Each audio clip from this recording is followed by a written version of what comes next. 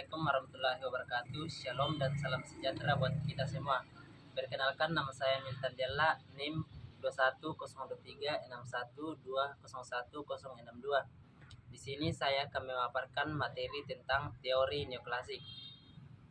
Teori neoklasik berpendapat bahwa pertumbuhan ekonomi bersumber pada penambahan dan perkembangan faktor-faktor yang mempengaruhi penawaran agregat. Teori pertumbuhan neoklasik pertama kali dikemukakan oleh dua orang ekonom, yaitu Robert Solow dan Trevor Schwab. Menurut teori, Harold Domart mengemukakan bahwa terdapat pengaruh antara kegiatan berinvestasi terhadap proses pertumbuhan ekonomi suatu negara. Dalam teori ini, kegiatan investasi dianggap sebagai salah satu faktor penting dan memiliki dua peran sekaligus untuk membawa pengaruh terhadap perekonomian.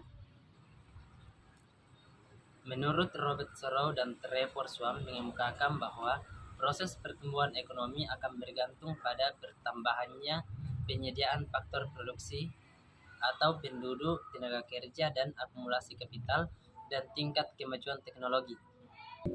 Ada beberapa ciri-ciri teori ekonomi klasik. Yang pertama, perkembangan faktor-faktor produksi dan kemajuan teknologi merupakan faktor utama yang akan menentukan tingkat pertumbuhan ekonomi pada suatu masa tertentu dan perkembangannya dari waktu ke waktu lainnya.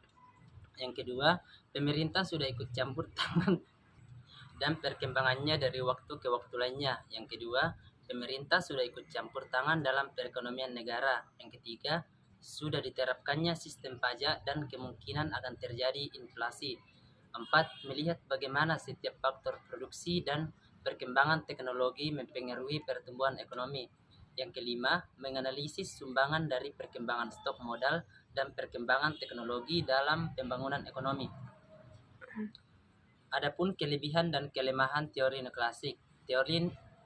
Kelebihan dari teori neoklasik: 1. Keefisiensian produktivitas yang tercipta dari tenaga kerja. 2. Metode tersebut lebih mengarah pada pengembangan potensi tenaga kerja. 3. Metode tersebut mampu memberikan rancangan kerja. Adapun kelebihan dari teori neoklasik: 1. Keefisiensian produktivitas yang tercipta. Adapun kelemahan dari teori neoklasik: yang pertama, jika pasar neoklasik terlalu kaku, maka akan terdapat campur tangan dari pemerintah. Masih dalam lingkup monopoli, campur tangan ini jika dalam kinerja pasar tidak bisa mengendalikannya dengan baik. Itulah pemaparan materi dari saya tentang teori neoklasik. Kurang lebihnya mohon dimaafkan. Wabillahi taufiq wal hidayah. Wassalamualaikum warahmatullahi wabarakatuh dan shalom.